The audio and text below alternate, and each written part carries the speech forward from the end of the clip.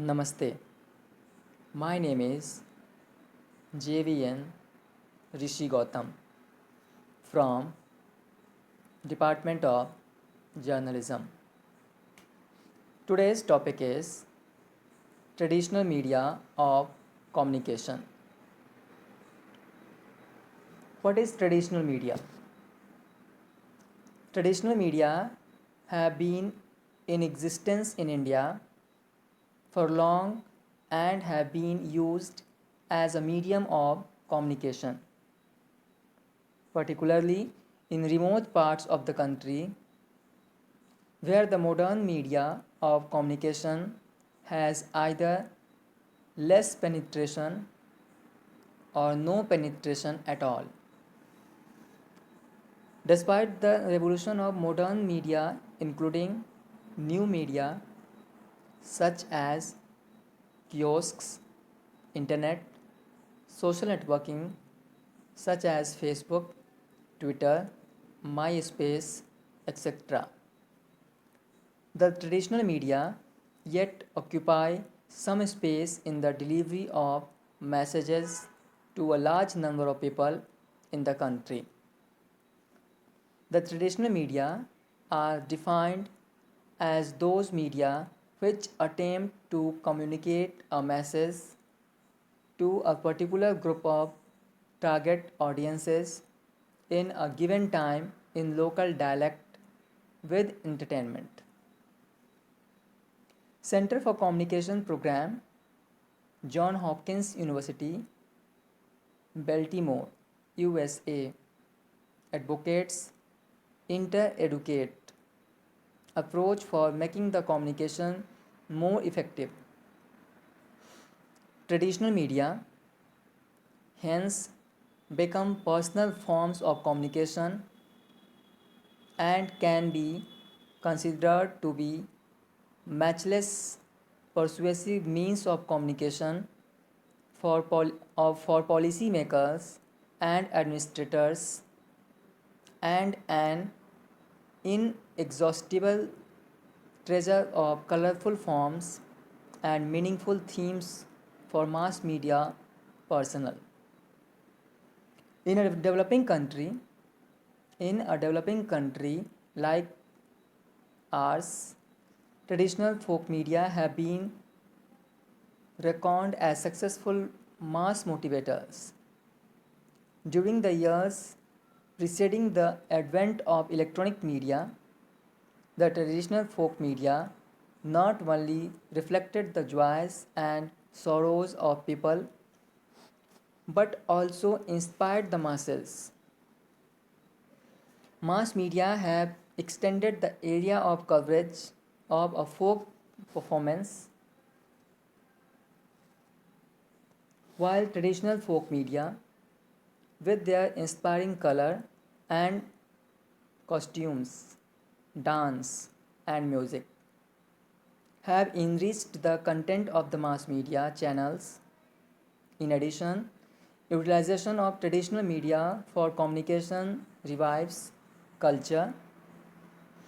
Systematic organization of people's performances makes the motivational work more community based with the objectives of social and economic betterment and cultural revival.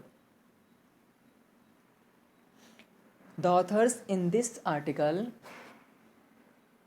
lay emphasis on the traditional modes of communication as 90% of the world's population lives in developing countries and 70% at 2015 New Delhi publishers.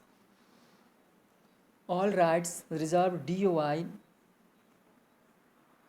number 10.5958 of them lives in rural areas. Mass media such as newspapers, television, radio, and the internet do not effectively reach these people. The high rates of illiteracy adds to the inadequate reach of mass media as vast majority of India's population who resides in the rural areas are illiterate.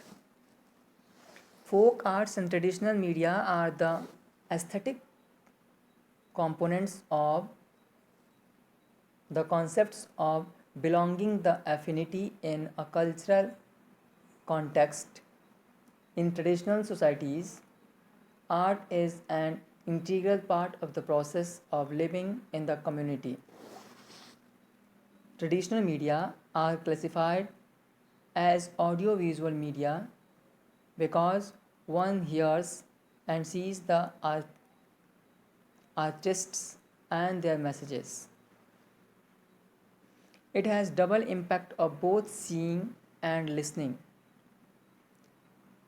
It tries to engage the audience face to face and brings them closer to the media. One gets quick and instant feedback in the traditional media.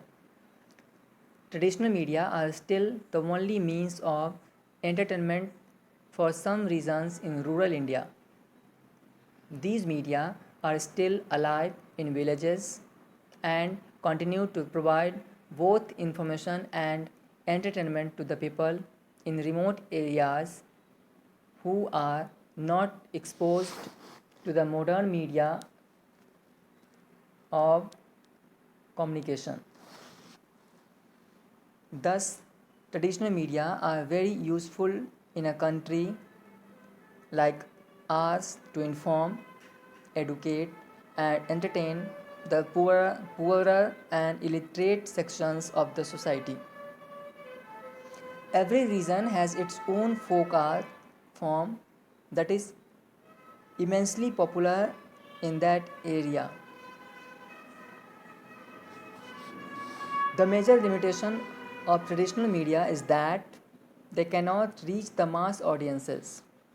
They cannot create greater awareness. However, this problem can be overtaken by binding traditional media with modern media, such as television, radio, and film.